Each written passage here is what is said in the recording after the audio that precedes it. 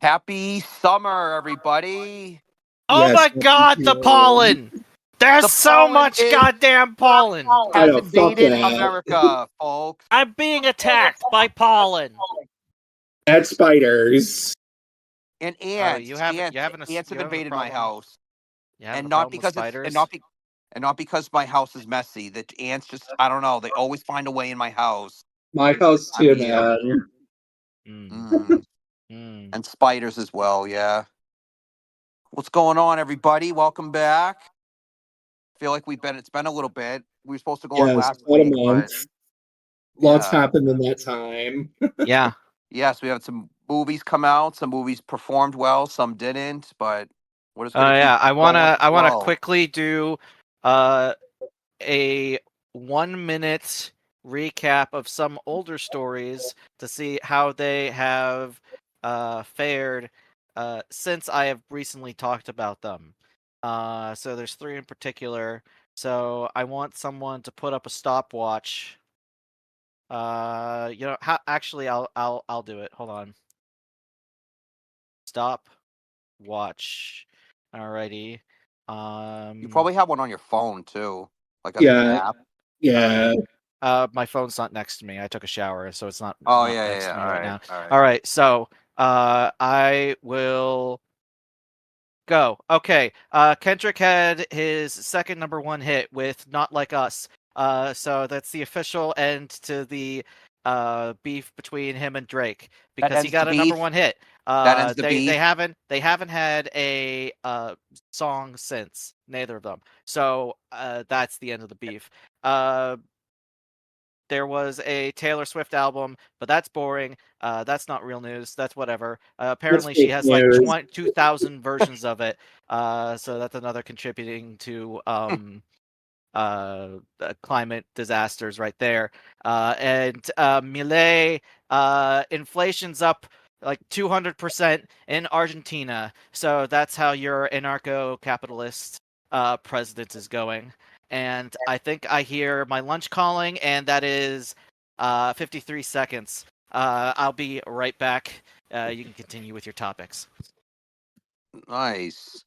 So I was going to talk about, since Inside Out 2 comes out next week, I was going to talk a little bit about Pixar. Correct me if I'm wrong, Alex. Did we do a Pixar ranking last year? Did we talk about that? 2 years ago. It was right when Lightyear was coming out. Okay. And was that like this version of our show? Yes, it was. It was in this version. Okay, so that's good because I wasn't going to do that again. I was going to talk about my favorite memories seeing Pixar movies. So my first memory was seeing Toy Story on VHS with my grandfather. I wore that VHS out a lot as well. Yeah. My cousin I'm is back. Huge Toy Story fan. The bacon, egg, and cheese. Nice. Quarter pounder with cheese. No, Royale with cheese. Oh, Royale with cheese. Oh yeah, that's right. So I shouldn't be involved in a movie podcast if I misquote that, by the way. I was saying my first memories of seeing a Pixar movie was Toy Story with my grandfather. I really liked A Bug's Life when I was a kid. I still do. It's probably one of my favorite movies. It doesn't get enough love. People underestimate it. Then I saw Monsters Inc. with my dad, and that one's probably my favorite Pixar movie. It's in my top 5. Yeah, definitely. I don't know. Him and I like kind of bonded over that movie. Like, not to get too personal, but like we thought of ourselves as Mike and Sully. I mean, I was what? I was 4 years old. So when that came out, and it was right after 9/11 too. So like the world was kind of on the edge. So that was a good movie to kind of relax and laugh. Because as we know, in the plot of the movie, they laugh and they make people laugh at the end. Then I saw Finding Nemo. I'm not going to break down every movie, but just the ones that stuck out to me from my childhood. Alex, any Monsters Inc. memories? The first time I saw that, I was about around 5 years old. But the first Pixar movie I actually saw in theaters was actually Toy Story 2. Oh, so you were ahead of me. My first was Monsters Inc. Yeah. But another thing I will say about Monsters Inc. though is it has such a good voice cast: John Goodman, Billy Mhm. Crystal, and Steve Buscemi. Yes, Steve Buscemi and what's her name? The Bride of Chucky. What's her name? Oh, Jennifer Tilly. Jennifer Tilly as Yes, Celia. yes. So, Yes. So Monsters like, Inc. really good. let's So say Matt, Finding I, Nemo. Matt, I'm just kind of talking about memories I have with Pixar movies. My best memories of them since Inside Out 2 comes out next week, and we already did a ranking of the movies before. So So I was going to say, since you said Finding Nemo, yes, there's Easter eggs in Pixar movies that kind of hint at their next movie. I thought. And Mhm. in Monsters Inc., it's Boo that has a Finding Nemo thing, and it kind of hints at their next movie being that. Yes, I don't know if that's you guys have right. noticed that I over did time notice in that. Pixar Yes, I did. movies, but there's always hidden Easter eggs that hint at what their next movie is going to be. I don't think they do that anymore, but they used to do that. They do still do the Easter eggs. I think the Pizza Planet truck is always in it. That's what I heard about that. No, but like the one where they kind of tell you what the next movie's going to be without really saying it, Right. that kind of thing. Exactly. So the and other memories I have. So The Incredibles, I saw that with my dad and my best friend and his dad. So that was a good memory. I liked the. I didn't like the movie when I was little. It didn't really. I don't know. I thought it was a little long, and it didn't remind me of like a Pixar movie. But as I got older, I've liked it more and enjoyed it. The Incredibles. Oh, yep, The Incredibles is a good one. Hmm. I I, really liked. Oh, go ahead. uh, so there's one where I was the only person in my family that enjoyed Wally, but Funny. I was the only family member to. Well, actually, no, that's a lie. My mom and I liked it. My sister and dad didn't like it, but my sister likes it now. So my mom and I, yeah, I of the like four of it us. a lot. Yeah, my dad didn't like it because there wasn't a lot of dialogue. That was my family too, so Yeah. Was it? It was too not mainstream enough. I guess not. I have a good memory with Let's see, around that time. Seeing Ratatouille was awesome. It was I funny. Yeah, go When ahead. I saw Ratatouille, you guys were talking about being stuck in front rows, right? Yeah. Ratatouille was actually one of those movies for me. Oh, was it? Well, Yes. it's a good one too, I guess, right? Yeah. At least it wasn't shit. Uh, Another good memory I had. Oh, Toy Story 3, I cried. I saw that movie. I counted. I have old ticket stubs. I saw that movie 7 times in theaters. Wow. I don't know if I could see a movie that many times. But did you at least have some discounted or free tickets? Well, yeah, but like I saw it with like there were times where I saw it with other family members, friends. Oh, what? You didn't pay probably, right? Yeah, All right, but well, like, that's good. and one of the times was at a drive-in. So Oh, yeah. Well, that makes sense. Before, um, Toy Story 3, I cried because Andy was playing with the toys for the last time. but that was no, it wasn't that scene for me. It was I always cry at the happy parts, okay? I never cry at the sad parts. It's at the happy part. no, it was the part where we all thought they were gonna die at the dump. I was just horrified. Didn't cry. I was just horrified. I always cry at the happy endings for some reason, but never in the sad moments. Unless it's like really sad, like freaking a dictator could cry in that scene. Like who? Like a dictator would even cry during a sad scene. Oh, right, right. That's how sad it would have to be for me to cry. But so yeah, Toy Story 3. Other ones that started out in the 2010s for me. Well, Inside Out was really good. I saw that over the summer with my mom and sister. I think I was the last day of school. That was a good one. Coco, I kind of cried. Because it reminded me of my grandfather and how I don't mean to get so personal tonight. Geez, sorry. Well, movies mean a lot to me. So it reminded me of my relationship with my grandfather, who I unfortunately didn't get to spend a lot of time with because he died when I was 3.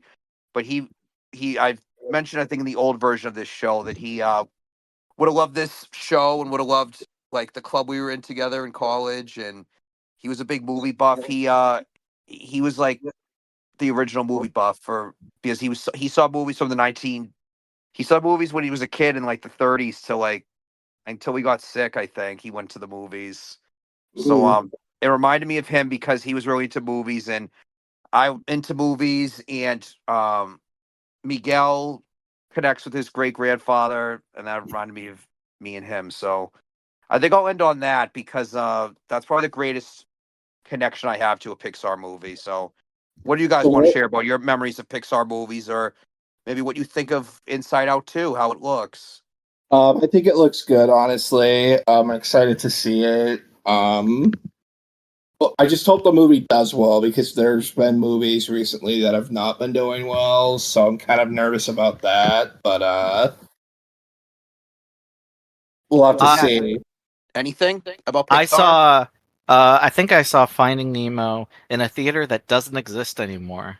It was Oh, this little theater that was in Brockton, oh. and I believe they tore it down years ago. I hmm think.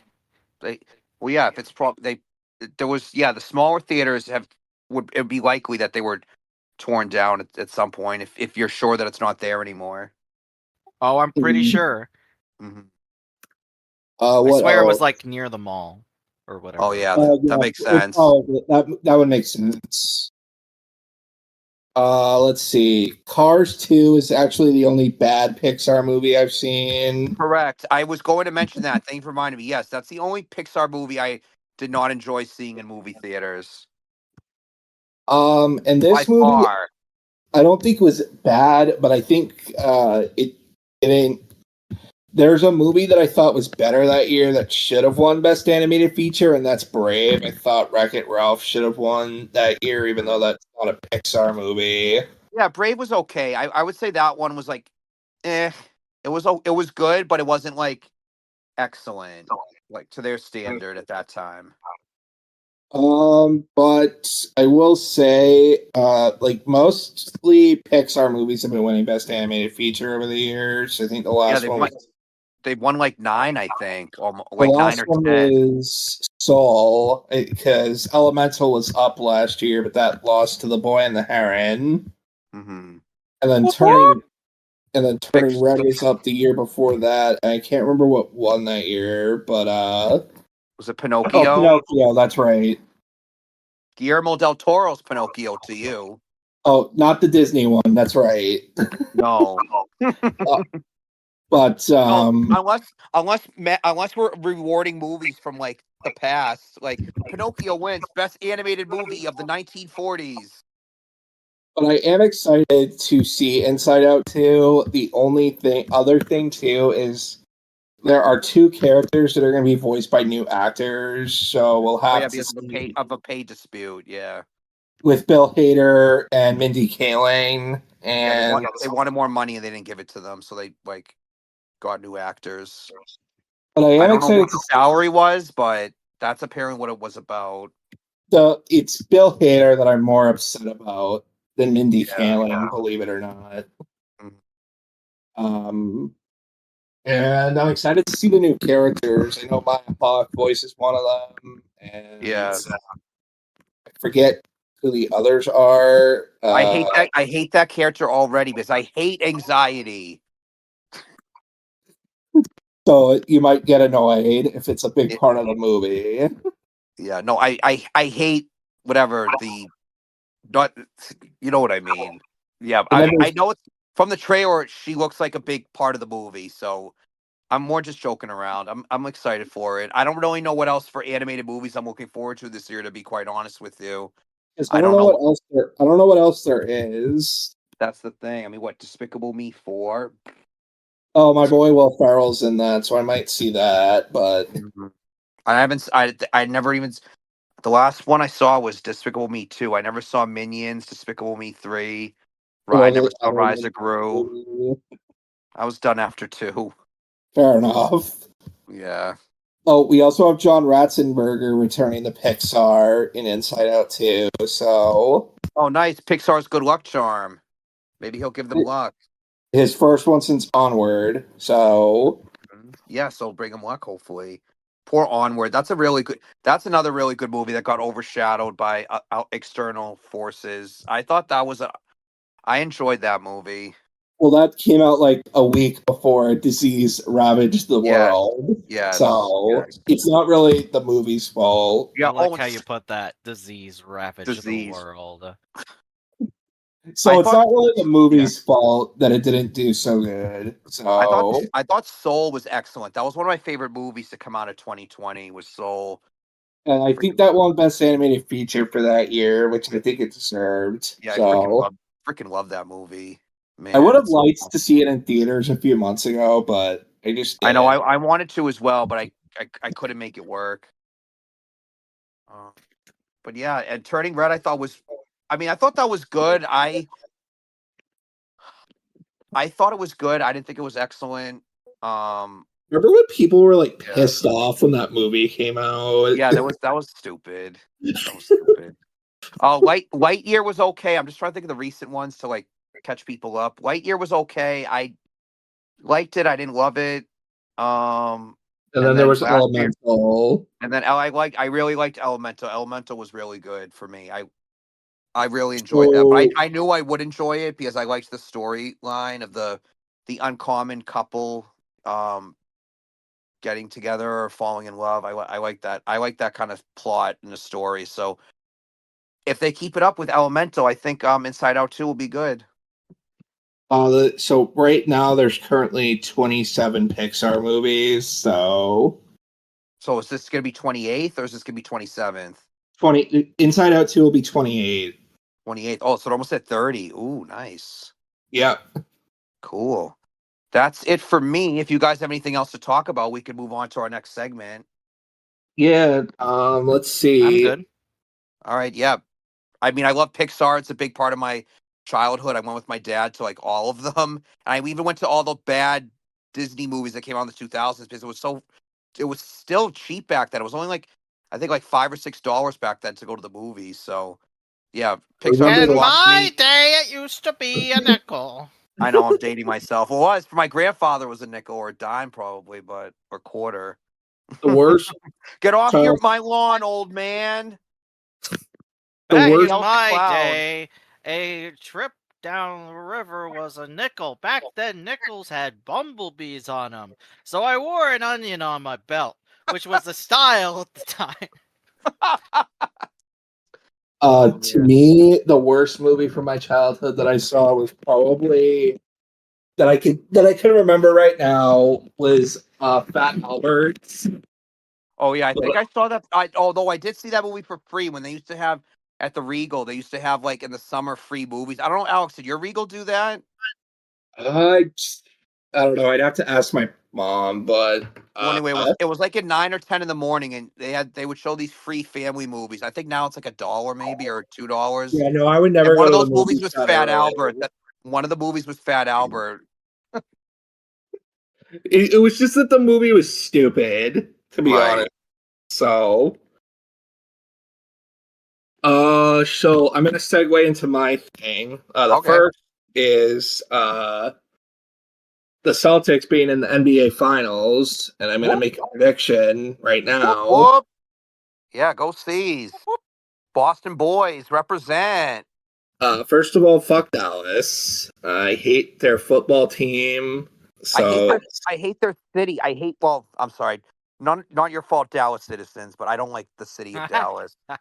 I For just all don't these like their reasons. why? Because well, I don't like their football team. Their Well, basketball team seems to a, be a little cocky right now. a president was assassinated there. So Oh, right, right, I right. know I know it's not their fault, but No, it is. It's all their fault. Blame them. All right. And it's all their fault that they have a annoying ass fan base of a football team. And your freaking hockey team was eliminated, you mother boss.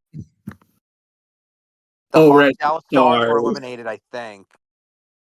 So the other reason is fucking Kyrie. I fucking hate that guy, but we don't need to get into that. No, he's anti-Semitic. He thinks the world is flat. You just Google him. You'll find out why he's a jerk.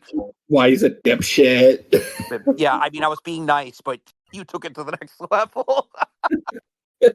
Oh. So Yeah, I'm that gonna. starts tomorrow night at 8:30. I am going to say right now the Celtics win in 5 I'm gonna go with Celtics in 6. because it's gone. The past 3 series have ended in 5 games, except the last one that ended in 4. Right. So I think it's going to continue the pattern and end in 5. I think it's a good yeah, it's a good guess, Alex. I think 5. Was it 5 or 6? Yeah, I would say that too. I mean, they are their toughest opponent yet, so that's why I say it'll be 6 games. But especially if Porzingis is like fully healthy and good, I could see it ending in 5. So that's not totally out there. And with Jaylen Brown and Jason Tatum on fire right now, I think it's Right. fair to say that. Yeah, they really need Jason Tatum to be good because he's kind of crapped himself in the playoffs a few times. So he needs to be 100%, and if he is, then we're gonna win for sure. Yeah, no, Jaylen Brown has had to save his ass a few times. So, well, not only Al Horford and Derek White too. Yes, yeah. I don't watch as much basketball as I do football, but the NBA playoffs are always fun, and I'm glad to see Boston in the finals again. I know it's their year, Alex. It's their year. If they win, they get a record 18 championships. And we don't have to play Steph Curry this time, so there's that. Right, and we're tied with the Lakers now for each have 17 titles. But I mean, to be fair, we still should have the record because the Lakers won it during the disease year, so that's right. They were in the bubble. I remember that people were saying that was a Mickey Mouse run because it was literally in Disney, I think. Yeah, so it's like a double meaning, yeah. But yeah, it'll be fun. I think it'll be competitive. I don't think they're gonna kill the Mavericks, but we have. There's going to be one game where they definitely shit the bed, so that's why I say. I mean, I think I feel like excluding football, I feel like that happens in every finals. Like for the winning team, like that happens, and even if they win the game, they're like, "Oh, this was our worst game of the series, guys." Yeah, we don't need to talk about the hockey finals because the Bruins aren't in it. Yes, we do not need to talk about that, and it's too early to talk about training camp for football, right? Yeah, that's not until July. Yeah, but I've been seeing that Drake May has been looking good, so hopefully. Yeah, that translates. Hopefully, yeah. And the other new players that they drafted have been looking good too. So hopefully it's a better season than last year. I can say that right now. Absolutely. I don't think I have gone over their schedule on this pod yet, so I'll just say we can save that for when it gets closer. I'm just gonna say a couple notable matchups. All right, you can do notable games. Fine. So one thing that's worth noting is they only got one game at night right now, but I feel like that'll change. Yeah, they start the season against Cincinnati, and then we're off to Cincinnati. And then they play the Seahawks. One game I'm excited for is to see them play Houston because they've been they were really good last year.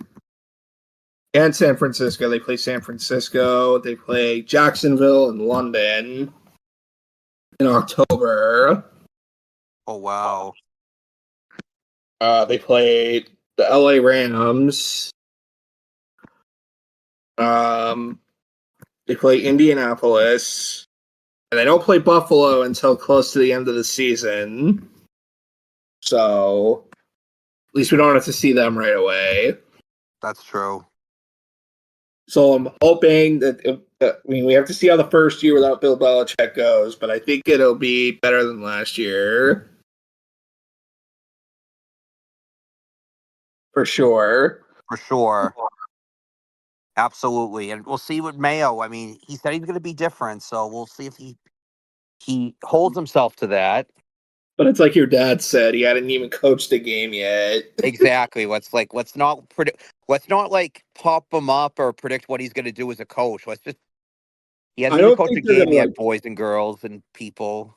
I don't think they're gonna win the Super Bowl his first year. Oh Like, no, no, no, no, no. I think this is going to be a rebuilding year. We'll probably still not be good, but we won't be as bad as last year. So just, I I see mean, them winning like 3 more games than they did last year. do you see them So, making the playoffs or no? too early to say. Yeah, I know. My dad and I make that prediction before the first game. Him and I both said, "Oh, they'll make the first round and win the first round last year." But were we wrong?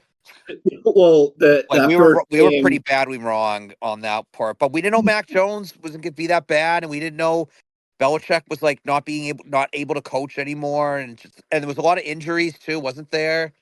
yes, there were I'm just Judon and Gonzalez and Yeah, so Kendrick I mean, Bourne. there was a lot of stuff going on. You had a 70-year-old coaching you. Nothing against 70-year-olds. I'm just saying the injuries, Mac Jones shitting himself, and just Because there was one game where he actually wasn't that bad, but like he just I yeah, don't I don't know what happened. Like he threw that I don't know. game losing. I wish him the best. And was it Jacksonville? We'll see if he gets better.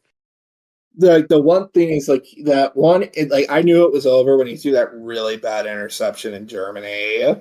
But Yeah, the interceptions for him were off the charts. and then I think he played like one more game after that, and then he was done the rest of the year. So, But anyway, that's our football for the but he'll be we backing up Rapunzel in Jacksonville. So, Rapunzel, Rapunzel, let down your hair. um, so this next thing I wanted to talk about, it kind of relates to Zack's thing. I was thinking about this the other day. When we did the alt show, we talked about comfort movies. Now I was thinking about comfort television programs. Oh, okay. So for me, there's 2 of them right now, and that's Modern Family and The King of Queens. Mm-hmm. They're easy to watch. Yeah, explain. So The King of Queens, it's just a basic sitcom with Kevin James, and like there's no overly complicated plots. It's easy to follow. Mm-hmm. There's just a barrel of laughs every episode, and I watch it every summer, so it still feels like new to me when I watch it every year. That's And good. Modern Family, I just watched it. I talked about it on the pod, but I've been like going back to some of my favorite episodes, and I could see why a lot of people call that their comfort show because it is very much so. I mean, for a show to be comforting to me, like there has to be a thing where there aren't characters that can stress me out throughout the show. Because The Office does that a lot, and Right. that's kind of the point, but I just don't like watching stressful situations when I'm watching comforting shows like that. And those 2 shows don't really have that. Mm-hmm. That's Uh, good. Yeah. It's definitely you definitely need those shows when you're having a bad day or a bad week or a bad month or a bad year for mm, that matter. and Anyway, go ahead. I started watching Modern Family, well, because of you hyping it up about how good it was. Oh, thank you. But Happy to give any recommendations to anybody. and I was looking for a new show to watch because I had just got back from Disney and I was kind of depressed that I wasn't there. So I just started watching that show and I fell in love with it. So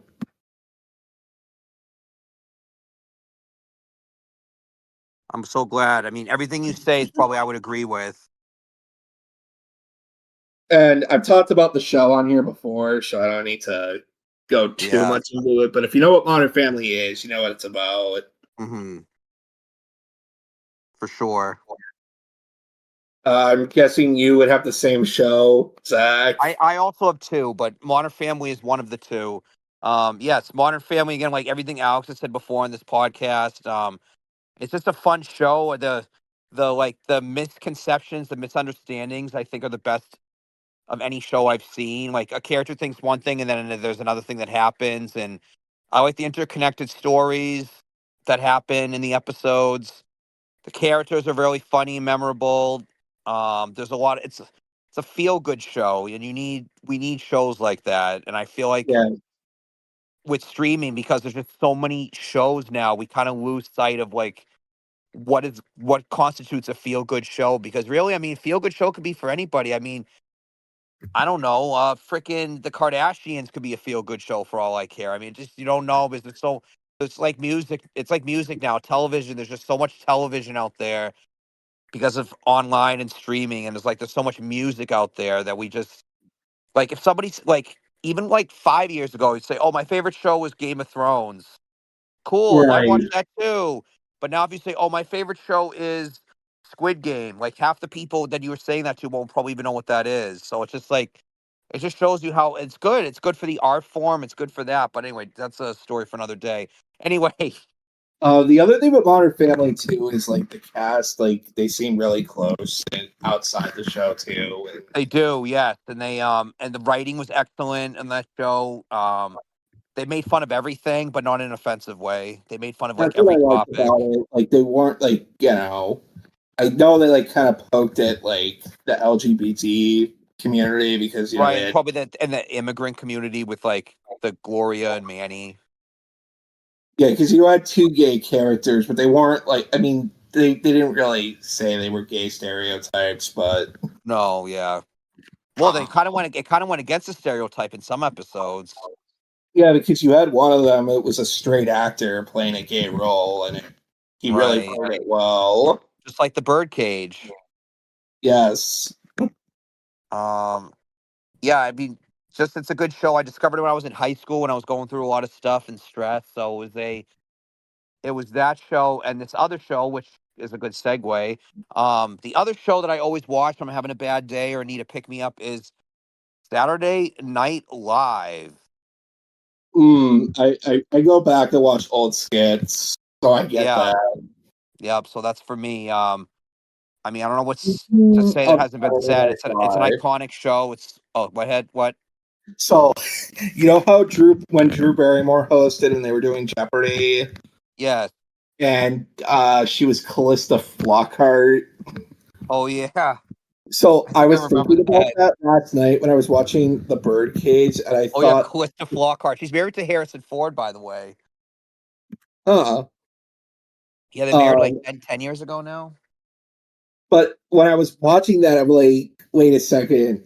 Drew Barrymore kind of portrays her as like this like dark, sinister person. Yeah, I think she was on a show called Ally McBeal. It was like I don't know if it had to do with her character on that, but that's funny. That's how she portrayed her.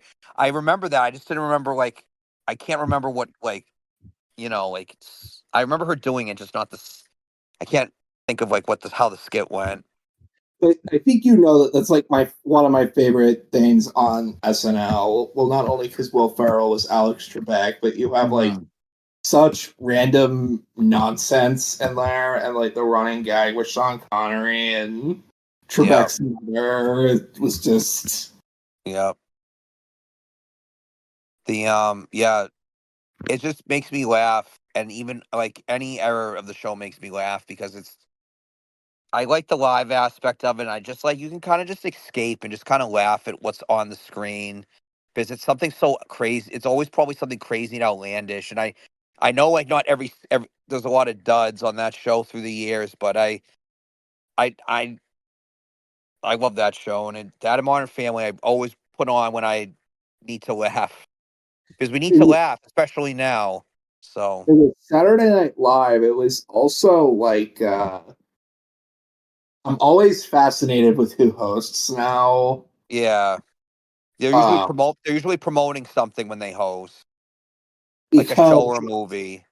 because I always like to find out who's about to join the Five Timers Club with Yes, I love the Five Timers Club too. I think Will Ferrell's on it, and that Tina I know Fey's Tina Tina Fey's on Fey.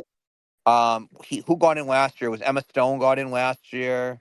Woody Harrelson, I think, was before her. John Mulaney, Paul Rudd. I Well, don't. Emma Stone's married to a former writer of Saturday Night Live. That's how they met. They met on that Scarlett show. Johansson is married to the Weekend Update guy, so Yeah, so there you go. That's probably the biggest couple to meet on SNL and fall in love and have a kid, get married. But yeah, those are uh, my two favorite shows that I you watch. are Comfort healed. me. You are What? healed, my boy. What is it? I'm doing Jimmy Fallon as Robin Williams. Oh, you were healed, You my are healed, my boy. boy. You were healed, my boy. Yes, that was one of the first skits I think you and I talked about, so that was funny. Matt, what about you? What are your some comfort show or shows?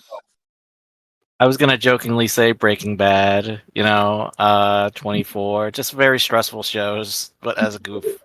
No. That's fine. It's fine. You do you. It's I, fine. I can't think of a comfort show specifically. So That's What about okay. Twin Peaks? that's also it's about murder investigation. Although it's a bit of comedy.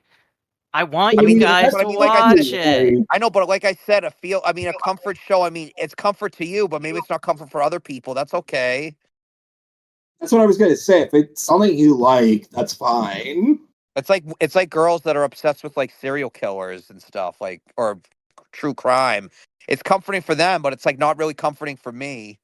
You know that Right. meme where it's like on one side it's a picture of a bunch of girls like giggling and laughing. On the other side, it's a guy with a flashlight underneath his face, totally eclipsed by the dark. And on Oh one side, it yeah. says girls talking about true crime and horrific murders, and on the other side is YouTuber talking about a lost episode of SpongeBob. Oh yeah. That was a good one. Yes. I That didn't. was I've seen similar memes, but I never heard of that one before. That was good.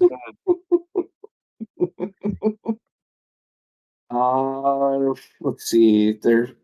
I don't think there's anything else I want to talk about. Like I said, I had mini topics tonight, so Yeah, there they are. there you go. It's all good. Those good topics. Yeah. So, Matt, what are you reading for us? Is it a follow up to this This beef evening. with Drake and No, Kubrick? no. I already did the follow up. I already mentioned the. Oh, right, that's right. Right, It's because they Kendrick's hit number one. The song hit second. number one. It's Yep. his second number one hit after Humble. And nothing about a anti-furry protest, right? No. Okay, good. All right. It's a new segment. New segment. New segment, folks. Folks, he's got a new segment over here. New segment. Nice. All right. Welcome to the first installment of So You Think You Know Them? Question mark. I wrote question mark. So it's a Question segment. mark. It's a segment dedicated to tell a brief. I put brief in quotation marks in my writing. Overview of the life of a person who is both famous and has a movie made after their life, aka biopics or biopics, however you want to pronounce them. I don't. It doesn't Yeah, fucking no, matter. I either's don't care. fine. Fucking tomato. Now, I won't do this segment every podcast, but once in a while, if I find a topic of interest, I will make a segment. Now, most biopics will either exclude, cut down, or drastically change real life information about a person for the sake of narrative. So, in terms of filmmaking, this is perfectly fine. But it does hinder a person's historical understanding of said person. So, this segment will be a great learning moment. Okay. Today, I thought we would go over one of my favorite biopics, Tim Burton's 1994 masterpiece, Ed Wood. Now, I could go over the film You and could. say what I love about it and what it says Would about that the take too independent long? spirit of filmmaking, but I'd rather talk about the star. No, I am not talking about washed-up actor Johnny Depp. I'm talking about the film's subject matter, that of former washed-up film director and writer Edward D. Wood Jr. Mm. I'm particularly interested in talking about Ed Wood because I had recently received a copy of his film Revenge of the Dead. It's a Blu-ray scan from an original 35mm print of what is now known as Night of the Ghouls. It's one of his later films from an independent Canadian boutique Blu-ray label known as Gold Ninja Videos. I have a lot of their stuff. Like they have this fantastic release of White Zombie, and I bought this Poverty Row Western called King of the Bullwhips. It's a Western about cowboys with whips instead of guns. Very nice. Now, after watching Revenge of the Dead last night, I have Ed Wood on my mind. All right. My muddled mind. Now there is seemingly a lot of like minor stuff that Tim Burton's film does get factually wrong or decides not to cover, opting instead for something hilarious and entertaining and uplifting, frankly, instead. But I decided I'm going to cover the life of Ed Wood right here, all the sordid details. All right. All right, Let's do it. Ed Wood is roundly considered one of the worst filmmakers of all time. Wait, As declared, wait. Worse than Tommy Wiseau? well, originally considered one of the worst filmmakers of all time, as declared by the Golden Turkey Awards in the late 70s. After his death in near total obscurity, he found fame, or rather infamy, through this title, with people either poking fun at or finding awe in some of his 1950s feature films, calling him an auteur with his own particular style and form of dialogue. He is famous for the film Plan 9 from Outer Space, which is considered one of the worst films ever made. It is. This is why he's become the focus of this biopic, as a sort of underdog character in the legend of Hollywood and of filmmaking. Let's start from the beginning. Ed All right. Wood was born on October 10th, 1924, in the city of Poughkeepsie, just north of New York City. His dad, the senior Ed, was a custodian for the United States Post Office. When Ed Jr. was born, his mother, Lillian, was disappointed because she really wanted a girl. Allegedly, Ed's mother would dress Ed in women's clothing to get because, she really wanted that girl.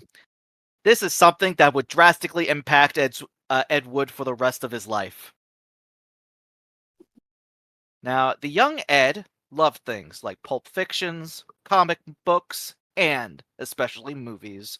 He was fascinated with westerns, including those from Buck Jones, and horror films from Universal Studios. He loved Dracula and its star, Hungarian immigrant Bela Lugosi. Oh yeah. So that's why I'm seeing Martin Landau as Bela Lugosi. Yes. The life of movie making was calling him.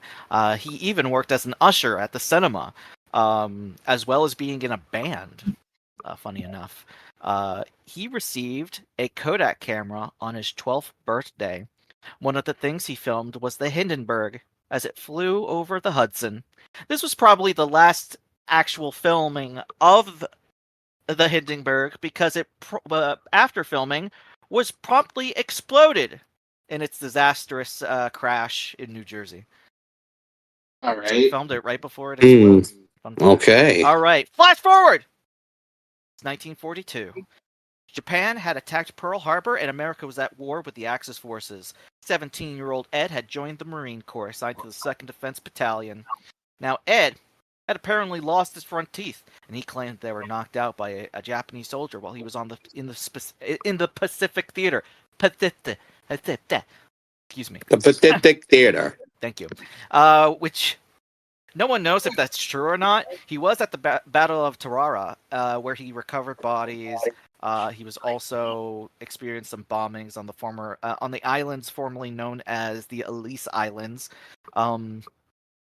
But there was one particular story that he told where he was not afraid to die, but rather was always terrified of being injured because he didn't want the medical team to find out his secrets. He came on shore of the Gilbert Islands wearing just a bra and panties under his uniform. Oh, jeez. Ed Wood was a transvestite who got pleasure from wearing women's clothing. Now, his fascination with women's clothing, according to those around him, was not sexual in nature. He did, just however, liked it. Yeah, he just liked it. He did, however, have a particular fondness for Angora.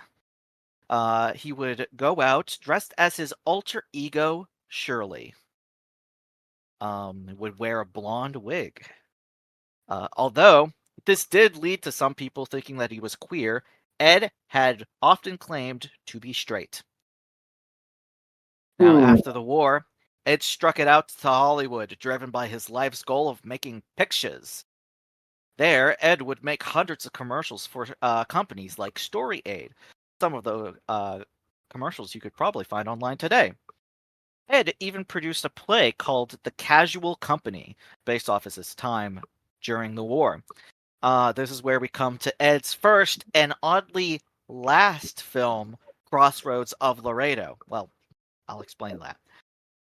Okay. Ed Wood was given the opportunity to shoot a Western, a genre that he really liked. At the time, it was titled Streets of Laredo.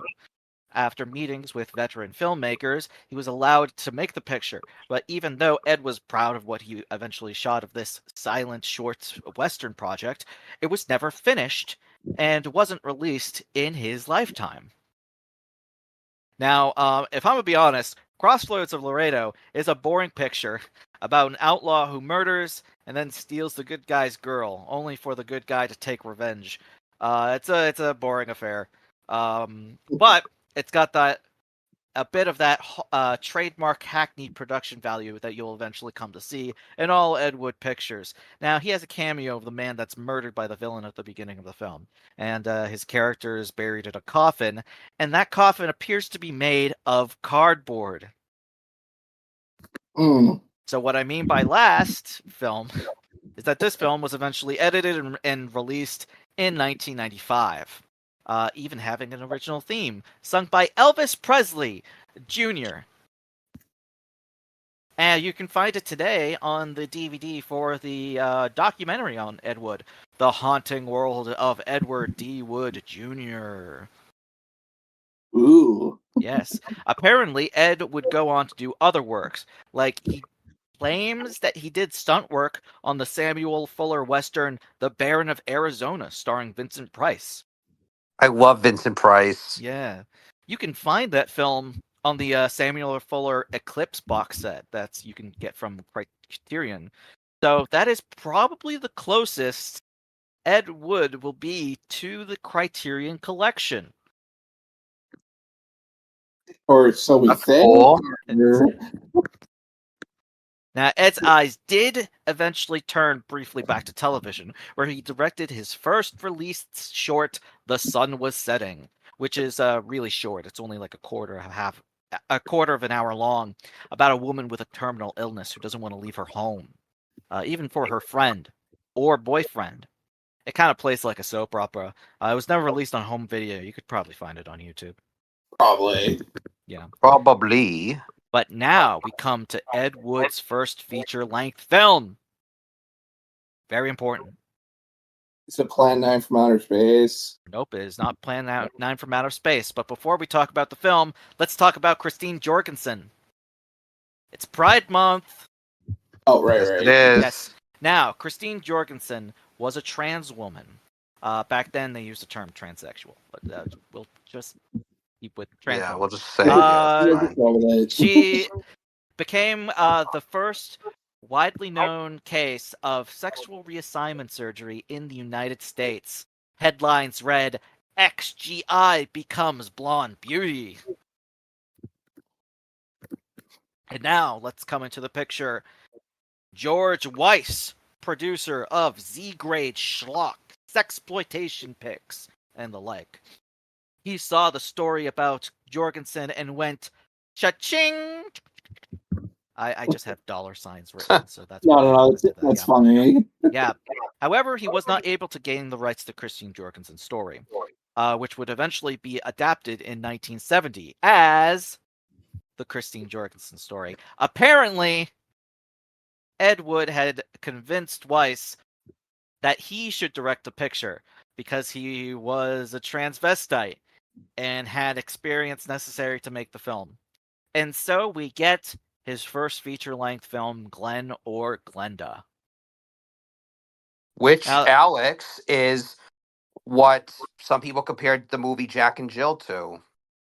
yeah, Ah, the Razzies said Jack and Jill was a ripoff of Glenn or Glenda, but it's not. It's not. It's not. It's not. So I think they probably just said that just to give it a rap. Yeah, I think so. Yeah, maybe we'll talk about the Razzies in another pod. Yeah, But, that's a whole, yeah. Because I did recently find like I talked to you about it. I recently found their shortlist for worst picture, and I want to go over that maybe. Yeah, Yes. maybe the next episode definitely. And the next Another time. episode. Yeah. So, the film follows a detective who's trying to piece together the suicide of a transvestite. He goes to a therapist, and the therapist tells him the story about Glenn, who dresses up as Glenda, who's finding it a hard time to tell his fiancée about Glenda, fearing rejection. Now, the film plays very sympathetic to the cross-dressing community, at least for the standards of the time. Spoiler alert, the film ends where Glenn has found a cure for his cross-dressing tendencies, question mark. Movie's kind of ahead of its time a little bit, Matt, isn't it? A little bit, just a little bit, exactly. Just a little bit. I love movies that are ahead of their time. From compared to a lot of movies back then, that it is very much ahead of its time. So The film I does. love that. The film eventually does end with the promised sex change, as promised in the film's original title, I Changed My Sex, where the XGI Alan becomes Anne, a very similar story to Christine's. But now the film, Glenn or Glenda, which is now a cult movie, of course, because of how bad it is more interesting in many ways, like how the title role of Glenn is played by Ed Wood himself. And the role of Glenn's fiancée, Barbara, is played by Ed Wood's then girlfriend, Dolores Fuller, who was unaware of Ed's cross-dressing fantasies until after production. With this in mind, the film reads practically autobiographical. Oh, The film interesting. would also have Ed Wood's childhood idol, Bela Lugosi. Nice. Now, We love Bella. Yes, we love Bella. After Not Dracula, Bella Baxter, Bella Lugosi.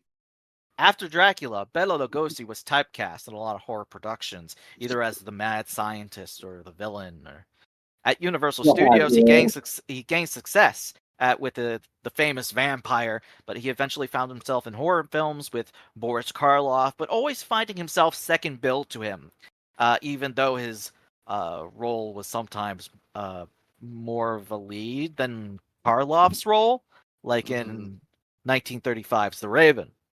And he would also find it like good parts in the 1930s. The aforementioned cult hit White Zombie, Black Cat. I love the Black Cat. It's so That's good. a good one. His fantastic role as Igor in Son of Frankenstein. Yes. And he even makes a turn in the Best Picture nominated comedy Ninochka. Yes, I remember him in that because I saw that movie. That's a good movie. Funny. But sooner or later, he would eventually find it harder to get good work, which was even harder with his drug addiction. Now, weirdly enough, you find out Lugosi was not young when he starred as the famous vampire character that he performed on stage.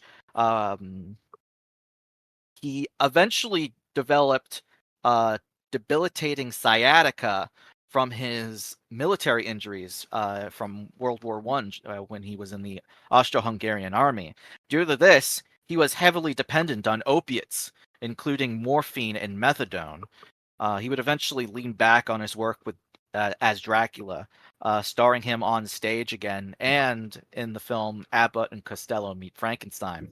But soon he would eventually star in a lot of low-brow comedy and horror films, like the much-derided Bela Lugosi Meets a Brooklyn Gorilla, starring Martin and Lewis ripoffs Duke Mitchell and Sammy Petrillo.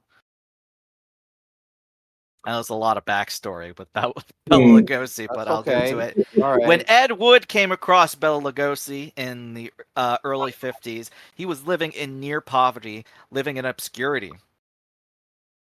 Unlike the version that we see in Tim Burton's film, played in an award-winning performance by Martin Landau, he was not a potty mouth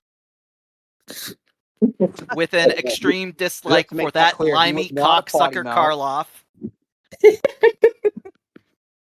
Wood thought it would be great to hire Lugosi, with him being a fan, being able to use his name to enhance his passion project. And he get to work with Bela. Now, Ed's relationship with Bela has been put to task. Bela Lugosi's son, the aptly named Bela Lugosi Jr., alleges that Ed was just using his father, in Bela's incredibly poor state. Just for money. While others say that Ed had a deep respect for the horror actor. So it's kind of like a weird blip that people allege that Ed would use people for money, basically. Okay. Now, Lugosi did take the role for an alleged amount of either $1,000 or $5,000. That's kind of what I've gathered, some range between there. He played a confusing role, that of the scientist. The scientist plays God with the characters, spends most of his time in a science lab playing with test tubes and beakers, or sitting in a chair repeating nursery rhymes. Beware. Take care. Beware of the big green dragon who sits at your doorstep. He eats little boys. Puppy dog tails. And So one thing I was going to say big fast fat nail. was I just looked at the Wikipedia for Glenn and Glenda, and yeah, I don't see why Jack and Jill is considered a ripoff of that. Pull the string! Well, the Razzies think it, so it's just their opinion, I think. Pull the string is probably the most confusing line. Why? It Spoils pull the it. string. Pull the string. I don't know. It's just very. Just let him have fun with it. The film has even more confusing moments. There's a dream sequence at the denouement of Glenn's story. George Weiss thought the film was too short at a brisk 65 minutes and decided to add a striptease, bondage, and a whipping scene with master-slave roleplay. As if that wasn't weird enough.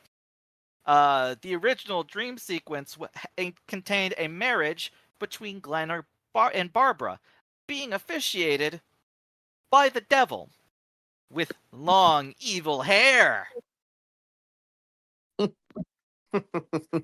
Apparently, there's a cut that's 71 minutes. Is that what you were getting at? Yeah, that's the the producer's cut. The producer's cut Yeah. is 71 minutes. Eventually, the film ends with Glenn confessing to Barbara and her giving Glenn, her Angora as even acceptance. You're confused. Though Dolores would eventually leave Ed, citing not the cross-dressing as a reason, but instead Ed's horrible drinking problem, which we'll get more into later.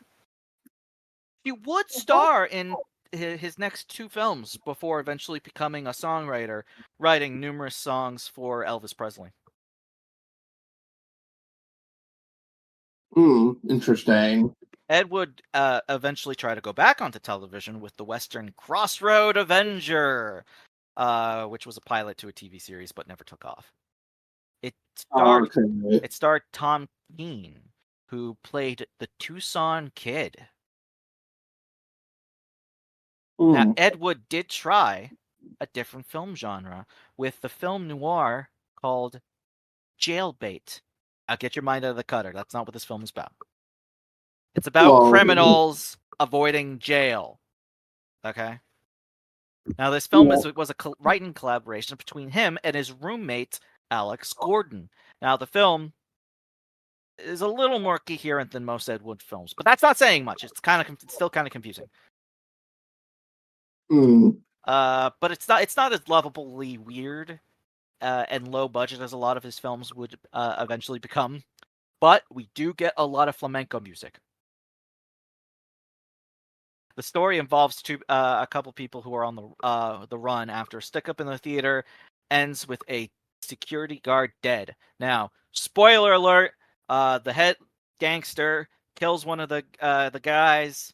This young kid who's out on the lam, and then forces his plastic surgeon father, the kid's plastic surgeon father, to do an operation. But it turns out that the plastic surgeon changed the gangster's face to resemble that of his dead son, which leads the police to a shootout. Plastic surgery, cliche by today's standards, right? Well, yeah. Right. That Yeah. goes without saying. Now, speaking of today's standards, apparently the film's producers, much like what George Weiss did with Glenn or Glenda, added footage not shot by Ed into the picture, and that of a blackface performance, which was stolen from the no. film Yes Sir, Mr. Bones. The Oh, producers no. thought that the added footage would play better in the deep racist South, apparently. Oh, jeez. I feel like this is not going to end well. There's a different cut of the film called the director's cut, where there's alternative footage, where instead of blackface, it's a softcore strip scene. But much like the blackface footage, it was stolen from another movie.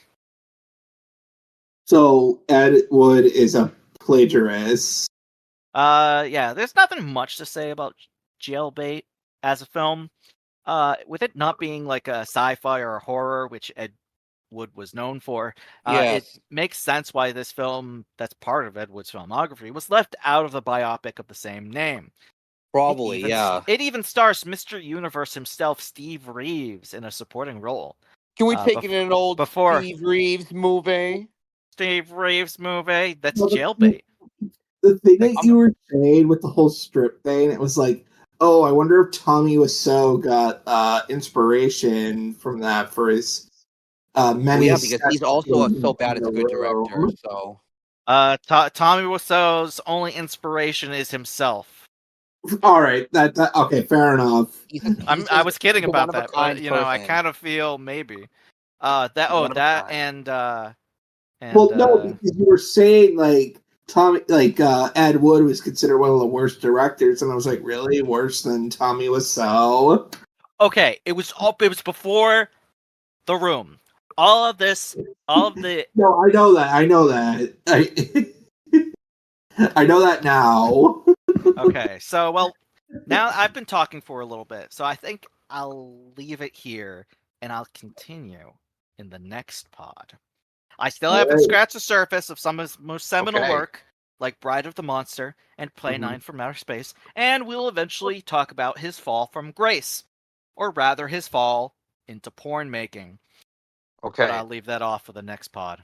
That'll be the next pod. Nice. There we go. All right. That was interesting. I didn't know all that stuff. Yeah. Very good, Matt. Yes. Now, did you type all that? Or was that from memory? Sure, yes. I typed all of it.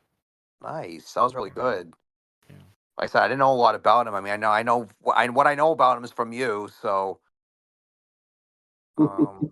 yeah. Well done. Well, then, I don't have anything else to really say. I think that's good to probably end it there, unless. I guess I'll have to check out Tim Burton's Ed Wood to see the twisted mind of this man. Oh yes, absolutely. Oh yeah, well I watched one of Tim Burton's movies last night, Mars Attacks. Oh yes, you did. and I watched the Fosse movie. Yes, which I love that movie, and I started that the other day, but I didn't finish it for some reason because I am stupid. Well, not only that, but you've seen the movie so many times. But I know Well, you'll I know get. I watch it every Pride month, so. But I know you'll get to the end eventually. Oh yeah. Which Oh yeah. Speaking of that, I guess we could talk just briefly. Matt, is there any Pride movies you want to watch this month? You Okay. have not seen before? That I haven't seen before. So, all right. I'm trying to do a thing where I watch one movie a day in between Memorial Day and Labor Day. So, and obviously that includes this month, which is June, which is Gay Month. So I want to watch Call Me by Your Name, which I've taken a while to actually Me watch, too. No, and me I've too. I haven't been seen it either. Me too. I've been meaning to see that. I want to watch another Chantal Ackerman film, preferably her lesbian films, like Le Rendezvous de Anna or J'ai il to Elle. I want to rewatch Portrait of a Lady on Fire again. I know I need to see that movie. Yeah, there's definitely stuff that I want to rewatch again, like that, like Watermelon Woman, Paris is Burning, stuff like that. Maybe I want to watch, I was thinking Un Jant d'Amour, which is a short film about two men in jail. They like share a cigarette through a hole in the wall because of symbolism. What else? There's definitely a lot. There's definitely a lot Yeah. that I still want to see. So that's stuff that comes to my mind, like Stranger by the Lake. Man, I'm just mentioning like a lot of American and French films. I should stretch out my my filmography. I've always been thinking like, man, I need to watch more South American and African films, because I feel I don't watch too many films from there. So I need to buff my film my film watching from there. Let's see. What fucking gay movies do I have? Well, for me, other than the Birdcage. Oh, I should rewatch The Birdcage as well. You should. Yeah. You've seen it in a while. You guys haven't seen it in a while. I haven't seen it since whenever we watched it in college. Yeah, same with me. Zach, I don't know remember when we watched Alfred Hitchcock's Psycho in the club, and then it was we were like a little bit of the way through, and then Caleb shouted, "Wait, is this movie gay?" That was funny. I forgot about that. I forgot about he said that. Yeah, that was funny. Yeah, that was funny. Yeah, he was surprised that it was a little gay. Because I didn't tell anyone. Do you mean Rope? That was a Psycho. Rope. You said Psycho. Oh yeah, Rope. It was Rope we watched. Yes, it was Rope. Okay, whoever edits the episode, I want you to take me saying Rope right there and edit it into when I'm supposed to say Rope. If I did say Psycho, so replace Psycho with Rope. Oh, so the rope. There you go. Yeah, it's okay. And if you don't do it, just add you saying, Matt, you're an idiot right here. Okay, there you go. So you were saying you didn't tell anyone that it was a gay movie. I didn't tell anyone it was a gay movie or it had gay subtext in it. Gay themes, yeah. Yeah, so I just that was the secret. And I wanted to know if anyone would pick up on it. And when Caleb was like, "Wait, is this movie gay?" I was like, nice. Gotcha, ass. Yeah. Oh, Zach, I don't know about you, but there's this one LGBTQ movie that I've been meaning to watch with our boy Jim Parsons. Oh yeah, what movie is that? The spoiler alert movie. I don't know if You know, yeah. you know what that movie is, right? I do know what that is. Yes. Well, mainly because of Jim Parsons, but I've heard about the story and I was like, I'll check it out one of these days. And this month seems like a good month to do that. No, it does, and I'm definitely gonna try to find some. I can't think of any off the top of my head, but yeah, Call Me by Your Name would be on the top of my list for sure. Yeah, no, you guys would like that movie. I watched it when I was trying to watch like Oscar nominated movies one year, and I stumbled across that and I liked it a Yeah. lot. All right. So that Yeah, maybe some Pedro Almodovar. That I haven't Brokeback seen. Mountain. I've never seen that. I might watch that. Oh it's yeah, excellent. I maybe watched watch. that. I think I watched that 2 years ago for Pride Month. Wait a Maybe watch. second. Yeah, Wait a watch second. Brokeback Mountain. Maybe watch. Wait a What second. else? Before you continue, fucking Randy Quaid is in Brokeback Mountain, and I know he's like a big conservative, which I think is funny. But Some Greg Araki. It's funny, Alex. I think he's conservative. I could be wrong. His brother is Dennis Quaid. Randy probably is too. I think. I I'm could not rewatch. sure. I could rewatch Hour in the Times. No, it's The Hour in Times. There we go. The Hour and Times. Okay. I think you'd like it. It's about Oh yeah. yeah, it takes place in 1963 and Mm-hmm. it's about John Lennon and their manager Brian Epstein Mm-hmm. when they went to Barcelona for a weekend. Nice. Oh yeah, I've heard about this movie. Yes. Yeah. It's really Yeah. good. Yeah, I'd like to watch that. That's cool. It's got what's his name? He played uh Professor Quirrell in Sorcerer's Stone. Oh yeah, I forget that guy's name, but yeah, I know who you're talking about. You know what? Hold on. I'll look it up so we don't go Gonna say crazy. he's the one actor of the dark arts teachers of Harry Potter that I don't know the actor's name. What's the character's name? Professor Quirrell. Well, Quirrell. he was the one that had Voldemort's First head movie under textbook. the toy bin. You said Sorcerer's Yes. Stone, so I Yep. just am gonna look. Harry Potter and the Philosopher's Stone. All right. But what's the character's name? I think isn't it Quirrell? It's Professor Quirrell. Yeah. With a Okay. I know his name. Oh, I just remembered. It's Ian Hart.